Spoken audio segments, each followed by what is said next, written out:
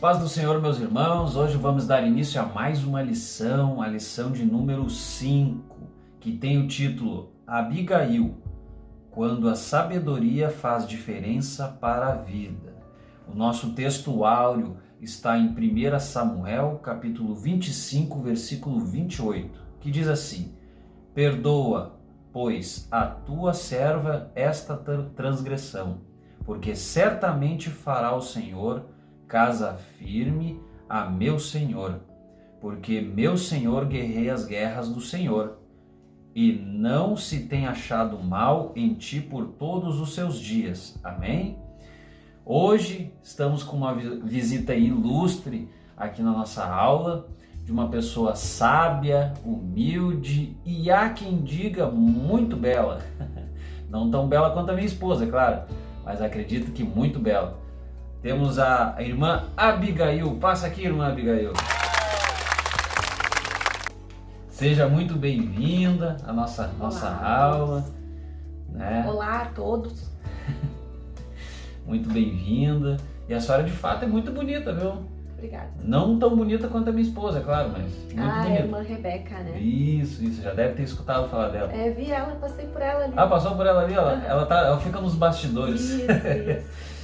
Mas temos a sua visita hoje aqui como um bom exemplo a ser seguido, né? E conte-me mais sobre a sua história, irmã Abigail. Então, na verdade, tem que explicar um pouquinho o contexto em que eu estava, né? Ah, sim, claro. Porque eu estava casada com Nabal, meu marido, e nós estávamos vivendo no período ali entre Davi e Saul. E no momento em que eu me encontrava, havia sido exatamente onde o profeta Samuel havia morrido. Então, o profeta Samuel morreu, aí Davi acabou poupando a vida de Saul, acabou fugindo, né? E então eu estava com um rei que havia sido ungido por Deus para substituir Saul foragido. O profeta Samuel morreu e um rei rejeitado por Deus no comando, né?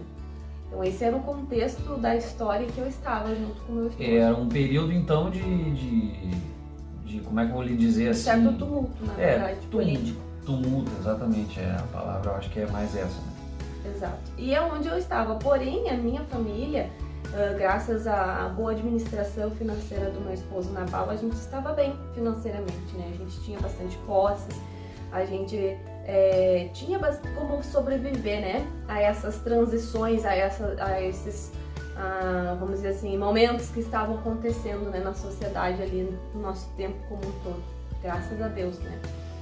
Era um período difícil, digamos assim, para a monarquia, né, que estava passando por um processo de transferência de reinado, né. E bem difícil, e bem difícil, não era uma transferência qualquer, pacífica, assim, sem resistência, né? Exato. E por estar por essa transição, como eu falei, Davi havia fugido, né? Ele estava considerado fugitivo, porque ele havia poupado a vida de Saul, né? Davi podia ter matado Saul, mas decidiu não matar ele. Então acabou poupando a vida de Saul. Então ele teve que fugir, porque os homens de Saul estavam atrás dele. E então ele fugiu para o deserto. E ali por perto, junto com Davi, também estavam os homens que haviam fugido com ele, né? Que era do exército de Davi.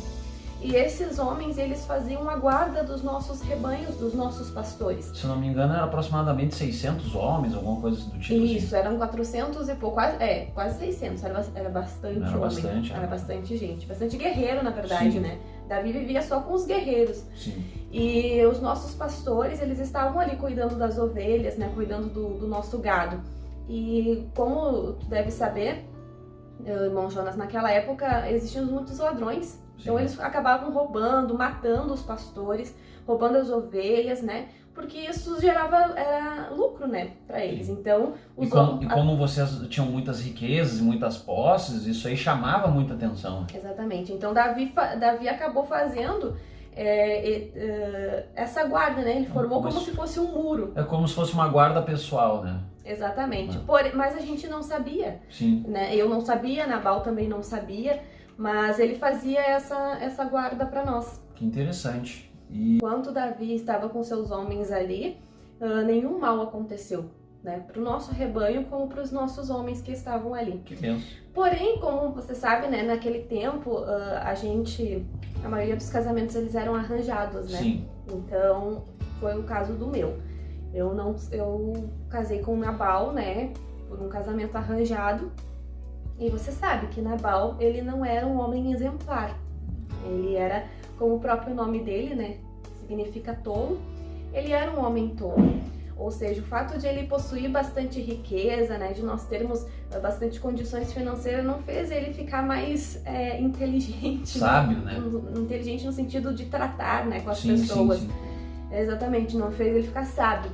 Então, a tolice, ela independe, né, do nosso status social. Ou seja, não importa quanto você tem, se você é pobre ou se você é rico em riquezas e bens, não importa. O que vale mesmo é a pessoa em si, né? A sabedoria, né? E Nabal não tinha muito jeito, né, muito trato com as pessoas, ele não sabia.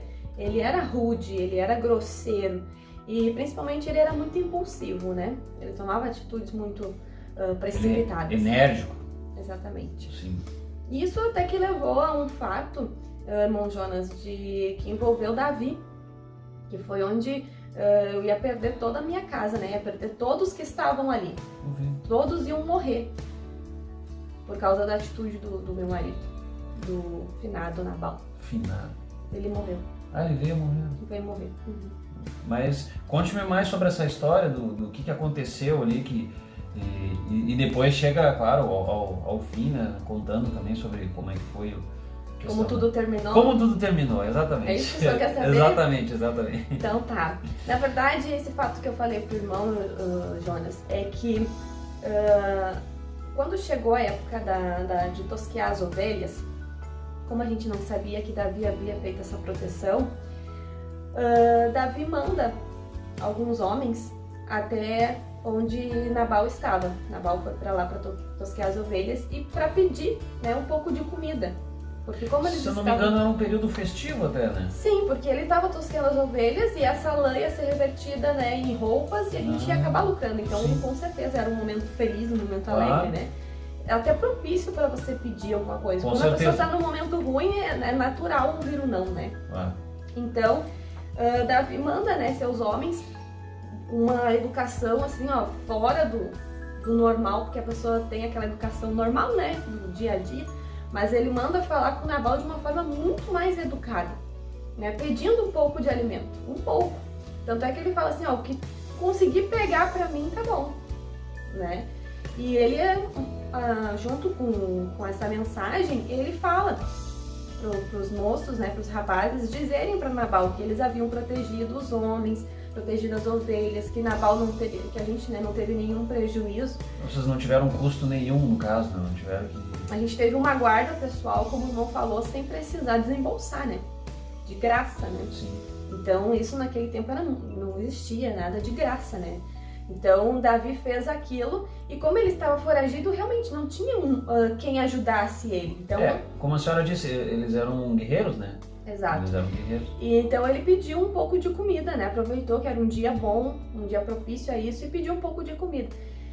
E Nabal rejeitou, né? Nabal até humilhou os rapazes e a Davi, né? Nabal falou que não daria e perguntou quem era Davi. Nabal, a gente sabia quem era Davi, né? Nós sabíamos que o profeta Samuel havia ungido ele para ser rei em Israel, para ser chefe de Israel. Nós sabíamos disso. E Nabal também sabia, tanto que quando Nabal humilha, né? Humilha entre aspas não, né? Que ele humilha mesmo Davi, perguntando quem é Davi, é o fugitivo, filho de Jessé. Ou seja, ele já sabia até a origem de Davi. Mas, né, pela sua arrogância, pela sua tolice, em não reconhecer a bondade de Davi, ele acaba humilhando, né, Davi, dizendo que não ia dar nada. Então, os servos de Davi, os guerreiros, retornam e falam isso para Davi. E é onde Davi decreta que ele estava vindo com o exército todo para matar toda a casa de Nabal. Puxa vida. Não ia sobrar ninguém. Essa era a ordem de Davi, que não era para sobrar ninguém na casa de Nabal. Todos deveriam morrer. Sim. Então, inclusive os gados, tudo. Ele ia matar tudo. Ou seja, era um intuito de vingança, né, contra Nabal. Exato. E toda a sua casa. E quando essa notícia chega para mim, irmão Jonas, Nabal estava embriagado. Sim. Né? Ele estava na festa, né, curtindo, e acabou se embriagando. Né? Então eu não tinha como conversar com ele, porque se já sendo sóbrio, ele já agiu daquela forma, né, trazendo aquela situação toda para dentro da nossa casa, imagina, né, bêbado. Ou seja, foi uma decretação de morte, né, o que aconteceu com a sua casa. E a partir desse momento a senhora teve uma atitude, né? Sim, aí o que eu fiz? Quando os moços, né, dos meus servos me avisaram e me contaram tudo o que tinha acontecido, porque eu não estava ali naquele momento, então eu não sabia. Aí eles me falaram, me contaram toda a história, tudo que Davi havia feito. Então eu rapidamente peguei e botei tudo dentro de cestos, né, de vinho, carne, frutas, coloquei tudo que eu consegui achar ali, eu coloquei e saí ao encontro de Davi. Por quê? Eu precisava falar com Davi. Não ia adiantar eu falar com os guerreiros, né, porque até chegar a Davi já estava lá. Sim. E eu também não podia esperar Davi chegar na minha casa, porque eu não ia conseguir ter a misericórdia dele, claro, né? Porque ele já estava enfurecido, já estava chateado, já estava bravo com aquilo, né? Então eu tinha que ir ao encontro dele. Então por isso que foi tudo muito rápido. Eu peguei, enchi os cestos e saí ao encontro dele. Quando eu encontrei com ele, eu me prostrei, né? Eu me lancei diante dele como um sinal de humilhação, porque eu sabia que a atitude havia sido errada, né, do meu marido, e falei para Davi: olha, Davi, Nabal agiu de forma errada contigo, a gente sabe tudo o que você fez, então te peço que tenha misericórdia. Te trouxe algumas coisas, né, que eu consegui trazer, e falei com ele, né, eu fiz ele lembrar que ele seria rei de Israel e que ele não poderia pagar a mesma moeda, e que a mesma misericórdia que ele teve com Saul de poupar a vida de Saul, né, mesmo tendo a oportunidade de matar Saul, que ele tivesse com Nabal. Ou seja, uma atitude sábia da sua parte, né? Foi procurar reconciliação com Davi, uma atitude sábia, e ao mesmo tempo poupou toda a sua casa, né? Porque fiquei sabendo que Davi então se acalmou, né? Acalmou e poupou toda, não só a senhora, como toda a sua casa. Exatamente, ele não nos atacou, né? E o fato de eu fazer ele lembrar, né, que seria chefe sobre Israel, que ele mandaria, né, que nós seríamos o seu povo, de ele não ter um sangue inocente nas mãos, né, de ele não agir da mesma forma que Nabal. De forma impulsiva, assim como era seu esposo. Exatamente. E quando eu voltei para casa, depois de ter conseguido, né, o perdão e a graça, né, de Davi, de reverter a situação, eu falei para Nabal. E Nabal ficou completamente sem reação. Ele não sabia o que ele ia me dizer, porque ele nunca imaginou que Davi reuniria os seus guerreiros e atacaria ele. E como Nabal, meu esposo, ele era um homem de negócios, então ele não tinha guerreiros. Ele não tinha como lutar. Então era certa a nossa morte. Né? Ele não esperava tal reação. Né? Não. Porque nunca ninguém reagiu com ele dessa forma, nunca ninguém revidou ele, né? Por ele ser um homem tolo e rico, as pessoas simplesmente baixavam a cabeça e faziam, né? Mas ele tomou uma atitude de negar ao ungido de Deus, né? E isso trouxe uma certa consequência para ele. Exato. É a diferença, né, da pessoa que tem Deus na vida, né? Que é escolhido por Deus. E passou uns 10 dias, Nabal, né, teve o juízo de Deus na sua vida, né? Infelizmente. Sim, eu fiquei sabendo que foi um ataque cardíaco, né? Ele acabou morrendo depois de 10 dias. E logo depois, quando o Davi soube, né, da morte de Nabal, Davi me convidou, né, para ser esposa, uma das esposas dele, né? Eu fui uma das 6 esposas de Davi. E me convidou para fazer parte, né, da família. Ou seja, dele. Reconheceu se acalmou, reconheceu também que a senhora é uma mulher sábia, humilde, né, e que contornou toda uma situação que poderia trazer uma desgraça, não só para a senhora, mas como para ele também, porque ele teria sangue inocente em suas mãos, porque através de um homem tolo e insensato, muitas pessoas iriam pagar. Então ele reconheceu que a senhora era uma mulher sábia e humilde e cortejou a senhora, né? Convidando a senhora para ser a esposa dele. Exatamente. E o que eu quero, né, deixar dessa situação, né, que aconteceu comigo, é você, mesmo que você esteja convivendo com pessoas ruins, com pessoas tolas, mesmo que você esteja num ambiente, por exemplo, eu estava num contexto horrível, como eu falei, né, o profeta de Deus morre, um rei rejeitado no trono e um futuro rei que Deus havia escolhido, que Deus havia ungido, né, sendo perseguido, né, fugitivo. O meu contexto histórico era horrível, né, não só o econômico por fora, mas também dentro da minha casa. Exatamente, eu ia dizer isso, dentro da sua casa a senhora passava por problemas também, né? Exato, mas isso não fez com que eu agisse da mesma forma. Sim. Então, que Nabal, né, não fosse tolo. E também, né, você conviver com pessoas, por exemplo, Deus me deu a graça, né, de ter a sabedoria para agir nesse momento, não fez com que Nabal mudasse, né? Sim. Então, a graça, a sabedoria, o entendimento da parte de Deus vem para quem realmente busca, né? Exatamente, e tudo vem na hora certa também, porque o seu esposo, infelizmente, teve o seu destino, né? Exato. Decretado por Deus. E fica a dica, né, para os rapazes do tempo de vocês aqui, né, desse tempo, que eu escutei uma expressão que eles falavam assim, ou a menina é bonita ou é inteligente, né, que os dois juntos não dá. Mas a gente tem provas na história que sim, que ela pode ser bonita e inteligente e sábia. Porque quando vem de Deus, né, Deus dá o pacote completo. Né? Exatamente, olha aí, ó, fica mais uma dica para... Como a sua esposa, né, irmão Jonas? Exatamente, né? É linda demais. Então fica mais aí uma dica da nossa irmã Abigail, né, que veio lá de muito longe, né, nos prestigiar hoje na nossa aula, na nossa lição. Quero agradecer desde já a sua presença, irmã Abigail, muito obrigado por ter vindo, muito obrigado por estar conosco aqui em mais uma aula. E você fique ligado, nas próximas lições teremos outro convidado muito importante na próxima aula. Curta, compartilhe a página da EBD, no Facebook temos a página da EBD e também no YouTube, né? Compartilhe lá com os amigos.